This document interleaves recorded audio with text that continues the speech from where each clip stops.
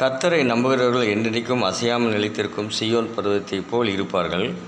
பர்வதங்கள் எருசலேமை சுற்றிலும் இருக்குமா போல் கர்த்தர் இது முதற்கொண்டு என்றென்றைக்கும் தம்முடைய ஜனத்தை சுற்றிலும் இருக்கிறார். நீதிமான்கள் அநியாயத்துக்கு தங்கள் கைகளை நீட்டாதபடிக்கு ஆகாமியத்தின் கொடுங்கோல் நீதிமான்களுடைய சுதந்திரத்தின் மேல் நிலைத்திராது. கர்த்தாவே நல்லவர்களுக்கும் இருதயத்தில் செம்மையானவர்களுக்கும் நன்மை செய்யும். தங்கள் கோணலான வழிகளுக்கு சாகிறவர்களை கர்த்தர் அக்கிரமக்காரரோடு போக பண்ணுவார். இஸ்ரவேலுக்கோ சமாதானம் உண்டு.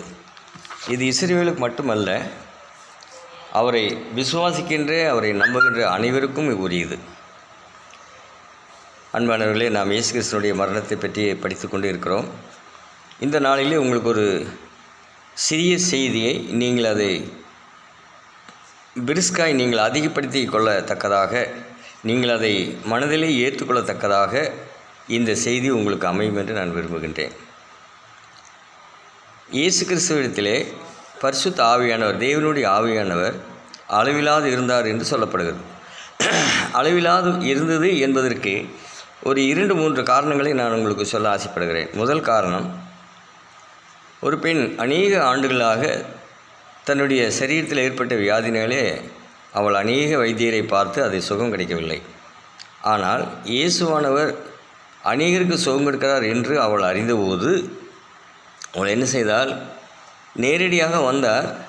ஆனால் அவரிடத்தில் போக முடியவில்லை, அவரிடத்தில் சொல்லவும் முடியவில்லை. ஏனென்றால் ஆண்கள் அதிகமாக இருக்கிறதுனாலே இந்த விஷயத்தை சொல்வதற்கு அவள் அச்சப்பட்டவளாய், விசுவாசம் அவளுக்குள்ளாக இருந்தது. என்னவென்றால், அட்லீஸ்ட்டு அவருடைய வஸ்திரத்தின் ஓரத்தை தொங்கலியாக தொட்டு நான் சுகம் பெற மாட்டேனோ என்று கூட்டத்திலே அங்குமிங்கும் அல்லாடி இறுதியாக தன்னுடைய 2 விரல்களாலே அவருடைய வஸ்திரத்தின் ஓரத்தை தொடுகிறாள். தொற்ற மாத்திரத்திலே அவளுக்கு என்ன பூரண சுகம் கிடைக்கிறது. அப்பொழுது இயேசு கிறிஸ்து திரும்பி பார்த்து, யார் என்னை தொட்டது என்று கேட்குறார். அநேகர் என்ன சொல்கிறார், என்ன ஆண்டவரே, இவ்வளோ மக்கள் வர்றாங்களே, உம்மை யார் தொட்டது என்று நீங்கள் இப்படி கேட்குறீங்களே, இது என்னன்னு புரியலையே அப்படிங்கிறாங்க. இல்லை, என்னிடத்திலிருந்து வல்லமை புறப்பட்டு சென்றது. ஒரு உதாரணம், ஏற்கனவே உங்களுக்கு ஒரு வார்த்தை சொன்னேன். இயேசுவிடத்திலே தேவனுடைய ஆவியானவர் அளவிலாது இருந்தார் என்பதற்கு இது ஒரு உதாரணம். இன்னொரு விஷயத்தை நான் பார்ப்போம். சீலோவாம் குளத்திலே தேவதூதர்கள் அந்த நாட்களிலே 2000 ஆண்டுகளுக்கு முன்பாக தேவதூதர்கள் வானத்திலிருந்து இறங்கி அந்த குளத்தினுடைய தண்ணீரை கலக்கிவிட்டு செல்வார்கள். முதல்லே யார் இறங்குகின்றார்களோ அவர்களுக்கு எப்படிப்பட்ட வியாதி இருந்தாலும் சுகமாகும். அப்போ தேவதூதர்களுக்கும் கூட அந்த பவர் தேவன் கொடுத்திருந்தார், சுகப்படுத்துகின்ற அந்த பவரை கொடுத்திருந்தார். அவர்கள் வந்து தண்ணீரை கலக்கிவிட்டு சென்று விடுவார்கள் தங்களுடைய கால்களிலே.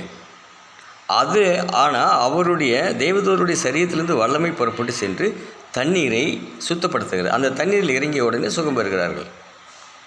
ஆனால் அந்த இடத்துல சுகமில்லாத அநேக ஆண்டுகளாக ஒரு மனிதனை பார்க்கிறோம். ஆண்டவராய் இயேசு கிறிஸ்து அங்கே பேசுகின்றார். நீ சுகம் பெற விரும்புகிறாயா என்று கேட்குறார். அப்போ அவனுக்கு இவர் சுகம் கொடுப்பார்னு நினைக்கல. அவன் சொல்கிற வார்த்தை என்ன, என்னை யார் குளத்திலே கொண்டு போய் விடுவார்கள், ஒரு வேளை நம்மளை தூக்கிட்டு போய் குளத்தில் விடுவாரோ என்ற நம்பிக்கையிலே அவன் பேசுகின்றான்.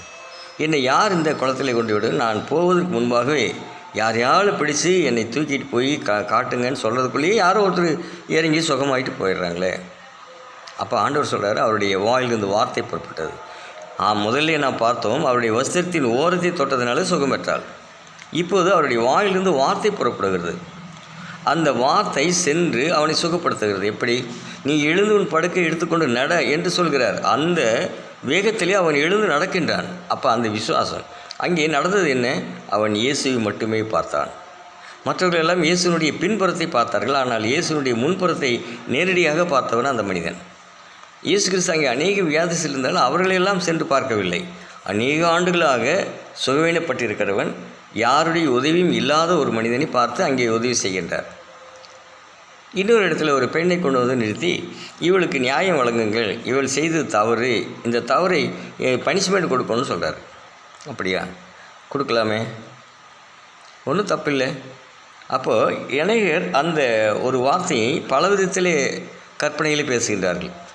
அவர் குனிந்து பூமியிலே எழுதினார். முதல்ல பார்த்தாரு, நீங்கள் யாரும் கல் இல்லையா, எல்லாருடைய கையிலும் கல் இருக்குது. 2வது முறை குனிந்து எழுதுகிறார். எழுந்து பார்க்குறார், ஒருத்தருமே இல்லை. கல் வைத்திருந்தவர்கள் யாரையுமே காணவில்லை.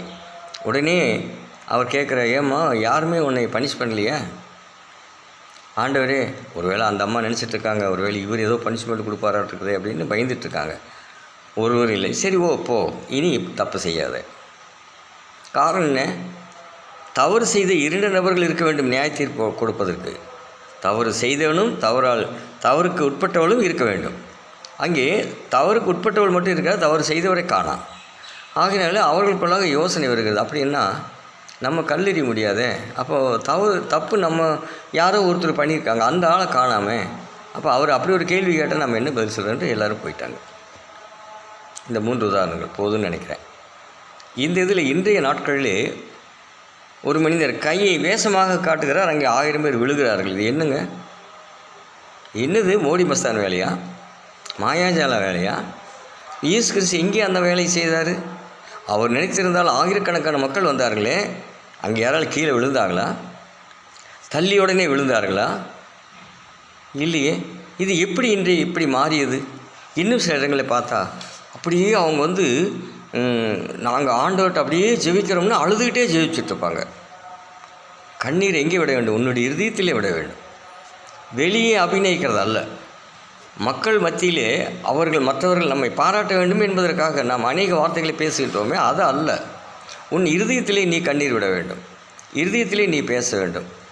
ஆண்டவரிடத்தில் நீ இருதயத்திலே கேட்டால் உனக்கு எல்லாமே நடக்கும். அதை விட்டுட்டு மாயாஜாலம் போல அநேகர் பார்ப்பதற்காக கண்ணீர் விட்டு வடித்து அப்படி நடுங்கி, இது எங்கே நடந்தது எனக்கு ஒன்றுமே புரியலையே, இத்தனை 1000 பேர் வந்தாங்களே, யாரால் நடுங்கி விழுந்தாங்களா? பசியாயிருந்தவர்களுக்கு ஆகாரம் கொடுத்தாரு, வியாதியானவர்களை சுகப்படுத்தினார், பணத்தை அதிகமாக வசூல் செய்து கொண்டிருந்த சகேயு அங்கே ரட்சிக்கப்படுகிறார். நீ இறங்கி வா, இன்றைக்கு உன்னுடைய வீட்டுக்கு ரட்சிப்பு வந்தது என்கிறார். இப்படியாக இந்த நாட்களிலே நீங்கள் இந்த விஷயங்களை ஆலோசித்து கொண்டிருங்கள். தொடர்ந்து நாம் பேசுவோம். தேவன் உங்களை அதிகமாய் ஆசீர்வதிப்பாராக. ஆமேன்.